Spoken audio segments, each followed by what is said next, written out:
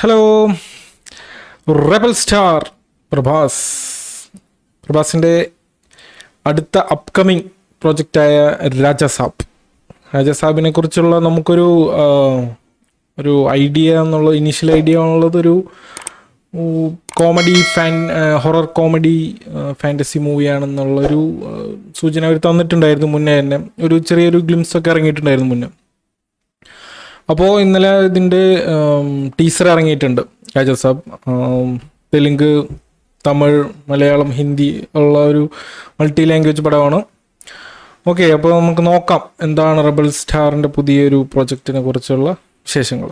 Okay, നമുക്ക് teaser എടുക്കാനും start ചെയ്യണേ. ഒരു കാട്ടിലുള്ള സംഭവം. ഈ സമ്പത്തിന്റെ ജീവനും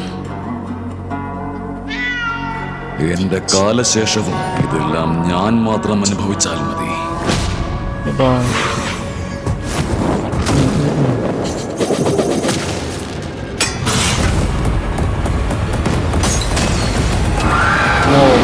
ഹലോ ഹലോ, വണ്ടി കുറച്ച് മെല്ലെ.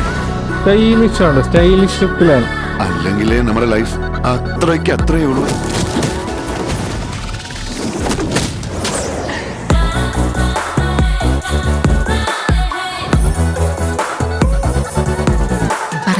നിങ്ങൾ ചെയ്ത പാപം എന്താണ്?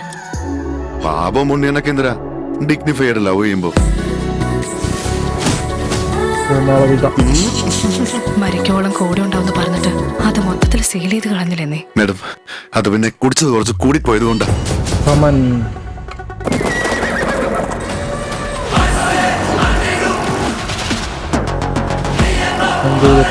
ജഗന്നാഥ പ്രഭു, ക്യാ ഹോ രഹാ ഹൈ?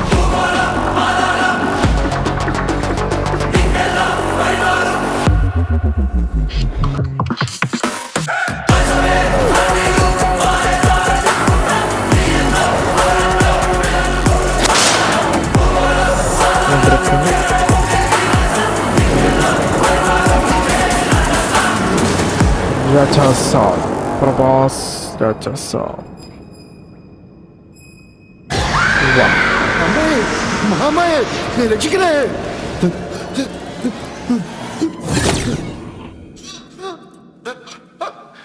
അയ്യോ, മുത്തശ്ശൻ വയറ് കടിച്ചു മുറിച്ചോന്ന് പുറത്തുപോയി നോക്കടാ.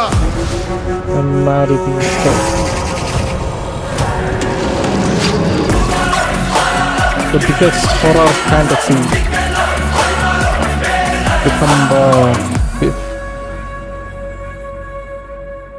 Rajasab. ഓക്കേ, ഇത് ഫസ്റ്റ് തന്നെ എടുത്തു പറയേണ്ട ഒരു കാര്യം, ഒരു എന്താ പറയുക, ഒരു വിൻറ്റേജ് പ്രഭാസ്, ഒരു കോമഡിയൊക്കെ കലർന്നിട്ടുള്ള ആ ഒരു ടൈപ്പുണ്ട്. നല്ല സ്റ്റൈലിഷ് ആയിട്ടുള്ള ഒരു ലുക്കാണ്. നല്ല സ്റ്റൈലിഷ് ആയിട്ട് ഒരു കോസ്റ്റ്യൂമായാലും ആ ഒരു ഗെറ്റപ്പ് ചേഞ്ച് ആയാലും ഒക്കെ ഒരു സ്റ്റൈലിഷ്, യുണീക്കായിട്ടുള്ളൊരു സ്റ്റൈലിഷ് തന്നെയുണ്ട്. കുറച്ച് നമ്മളുടെ കൽക്കി ഒരു ടച്ച് വരുന്നുണ്ടെങ്കിലും ഇതിലൊരു യുണീക്ക് ലുക്ക് ഉണ്ട് പ്രഭാസിന്. എന്തായാലും ട്രെയിലർ അത്യാവശ്യം ഇൻട്രസ്റ്റിംഗ് ആണ്. ഒരു കോമഡി ഫാൻറ്റസി VFXന് ഭയങ്കര പ്രാധാന്യമുണ്ട് ഈ പടത്തിൽ. പക്ഷേ ട്രെയിലറിലെ പല ഒരു ചെറിയ സ്ഥലത്തൊക്കെ ഒരു VFXന് ചെറിയൊരു ഇഷ്യൂ ഉള്ള പോലെ തോന്നി. പക്ഷേ അത് പടത്തിൽ ഇനി വരുമ്പോൾ ഔട്ട്പുട്ട് കാണുമ്പോൾ അറിയാം. ഒരു വലിയൊരു ഹൈ ബഡ്ജറ്റ് പടമാണ്. VFX ഒരു എനിക്ക് തോന്നുന്നു അറൗണ്ട് 50 to 60% VFX ഉണ്ട്. എന്തായാലും ഈ ഒരു എല്ലാ മിക്ക ഷോട്ടുകളിലും VFX ഉണ്ട്, CG വർക്ക്സ് ഉണ്ട്. നമുക്ക് എന്തായാലും ഉറപ്പാണ് ഈ ട്രെയിലറിൽ കൂടെ. ഹൊറർ എലമെൻ്റ് ഒക്കെ എങ്ങനെയുണ്ടെന്ന് നമുക്ക് നോക്കാം. ഒരുപാട് കാസ്റ്റിംഗ് ഉണ്ട്. സഞ്ജയ് ദത്ത്, സമുദ്രക്കനി, പിന്നെ ഹീറോയിൻസ് ആയാലും മൾട്ടിപ്പിൾ ഹീറോയിൻസ് ഉണ്ട്.